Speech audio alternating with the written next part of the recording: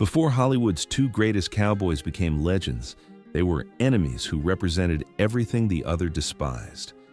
This is the story of how a handshake deal turned into the most famous rejection in Western movie history. "You'll never be a real cowboy." John Wayne's words hung like ice in that Paramount Studios conference room. Across from him sat Clint Eastwood, invited in 1971 to Hollywood's biggest Western project. The chance to work with John Wayne in the Cowboys, the opportunity every actor dreamed of. But Clint's answer shocked everyone. No, because sometimes showing the greatest courage means rejecting the greatest offer. In the spring of 1971, Hollywood was buzzing with excitement about what promised to be the Western to end all Westerns. The Cowboys, starring John Wayne and directed by Mark Rydell, wasn't just another horse opera. It was being positioned as the Duke's farewell to the genre that had made him the most recognizable movie star in the world. At 64, Wayne knew his time was running out, and he wanted to go out with something that would cement his legacy as the definitive American cowboy. The story was perfect for Wayne's sensibilities. An aging rancher forced to hire schoolboys to drive his cattle when all the men go off to seek gold. It was about mentorship, American values, and the passing of wisdom from one generation to the next. Most importantly, it was about doing what's right, even when it's hard, themes that had defined Wayne's career and his carefully crafted public persona. But Paramount executives had a problem. While Wayne was still box office gold, they worried about his age and his ability to carry a major production alone. They needed insurance, a younger star who could share the load and potentially take over the franchise if this film was successful. The solution seemed obvious.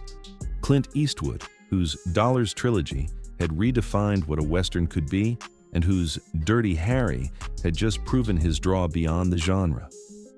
The two men represented different eras and philosophies of filmmaking. Wayne embodied old Hollywood values, clear moral lines, heroic protagonists, and stories that reinforced traditional American ideals.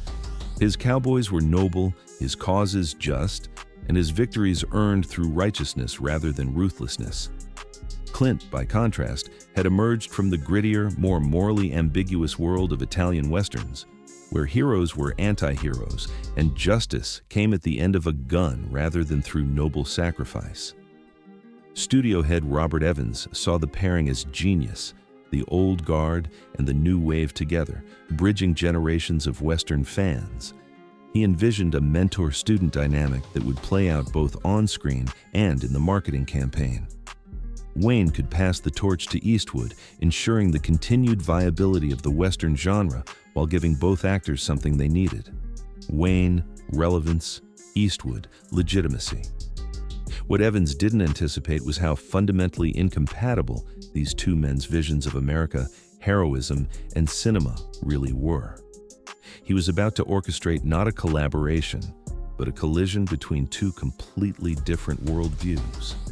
And in Hollywood, where egos are as large as the mountains that backdrop so many Westerns, such collisions rarely end well. The meeting was scheduled for 2 p.m. on a Tuesday afternoon in Paramount's executive conference room, a wood-paneled sanctuary overlooking the studio lot where both men had made their careers. John Wayne arrived first. As was his custom, punctuality was part of his personal code, along with firm handshakes, eye contact, and saying what you meant. He wore a conservative dark suit, his silver hair perfectly groomed, every inch the dignified movie star. Clint arrived exactly on time, no fanfare, no entourage. He wore jeans, boots, and a simple brown leather jacket, the uniform of a man who had never fully embraced the Hollywood lifestyle. The contrast was immediate and telling. Wayne represented the industry's golden age of glamour and formality, while Clint embodied the emerging generation's more casual, authentic approach. The pleasantries were brief. Wayne's handshake was firm, his son paternal, but slightly condescending. Clint's response was equally firm, but notably cooler. Robert Evans launched into his pitch with the enthusiasm of a man selling a sure thing. Two legends, one epic story, a guaranteed blockbuster that would define both their legacies. But the trouble began almost immediately when they started discussing the characters.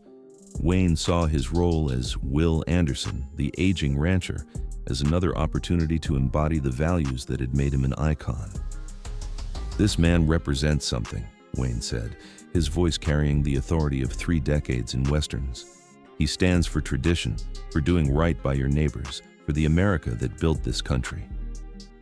Clint listened quietly, but his questions revealed a fundamentally different approach. What's his motivation beyond the cattle drive? What's he running from?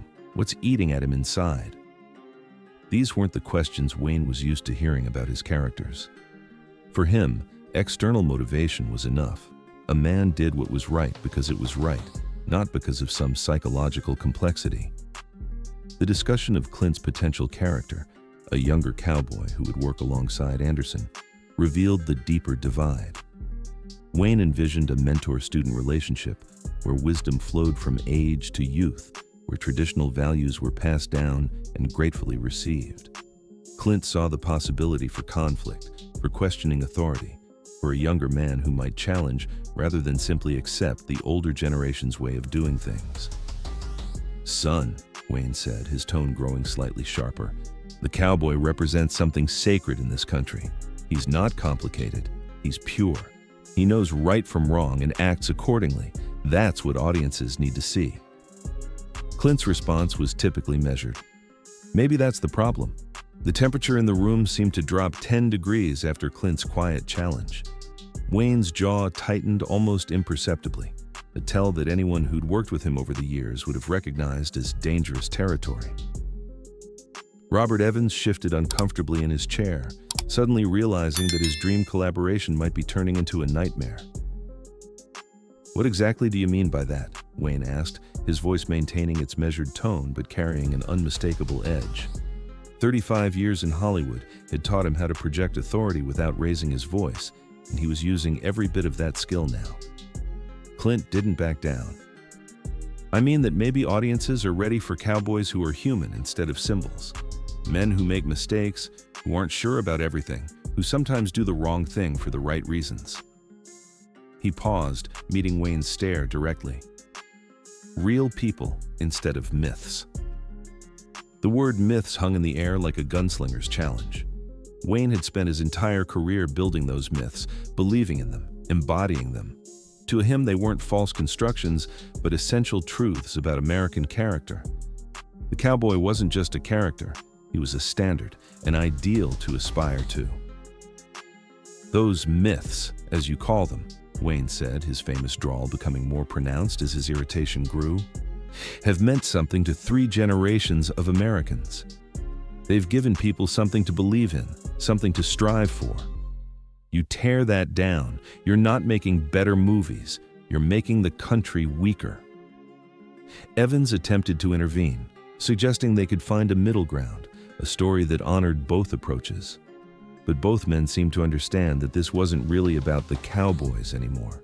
This was about the soul of the Western genre, about America's vision of itself, about whether heroes should be perfect or flawed. Clint's response was devastating in its simplicity. Maybe the country's strong enough to handle the truth. The silence that followed was profound. Wayne stared at Clint with a mixture of anger and something approaching respect.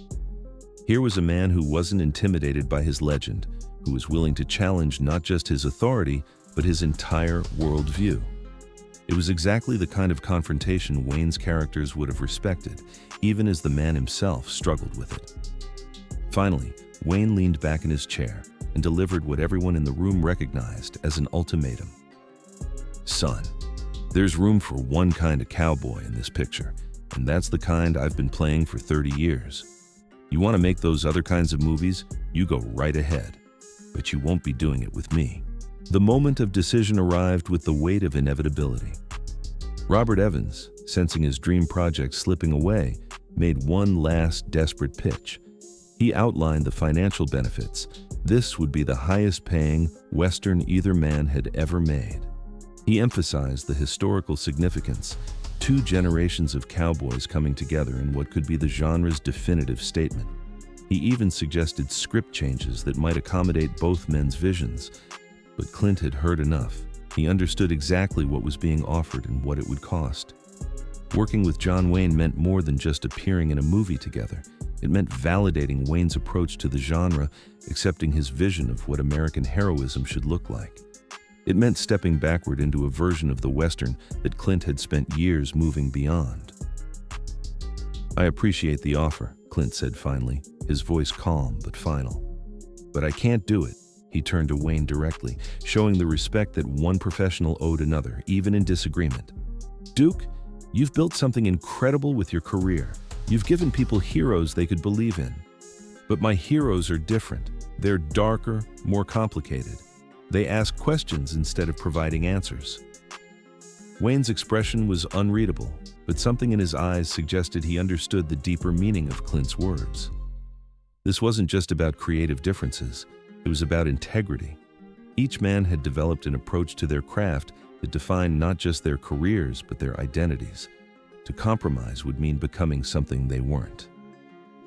"You know what this means," Wayne said quietly. It wasn't a threat, just a statement of fact. In Hollywood's small, interconnected world, choosing not to work with John Wayne meant more than missing one opportunity. It meant declaring independence from the established order, from the way things had always been done. Clint nodded. "I know exactly what it means." He stood up, shook hands with Evans, then extended his hand to Wayne. The Duke took it, and for a moment the two men looked at each other with the mutual recognition of adversaries who respected each other's commitment to their principles. "Good luck with your picture," Clint said. "Good luck with yours," Wayne replied. As Clint walked out of the conference room, he left behind more than just a lucrative film deal. He had chosen his artistic independence over financial security, his vision over the safe path of following in established footsteps. It was a decision that would define the rest of his career and fundamentally alter the trajectory of the Western genre itself.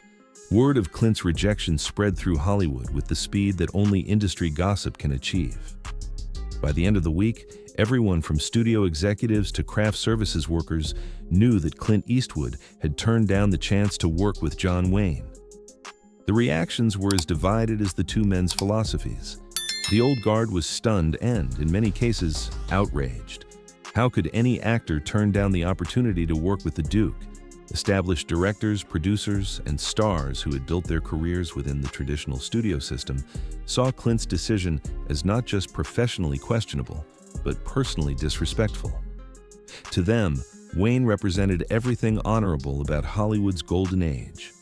Howard Hawks, who had directed Wayne in several classics, was quoted in Variety as saying, "Some people don't understand what they're walking away from. John Wayne is more than a movie star, he's an institution.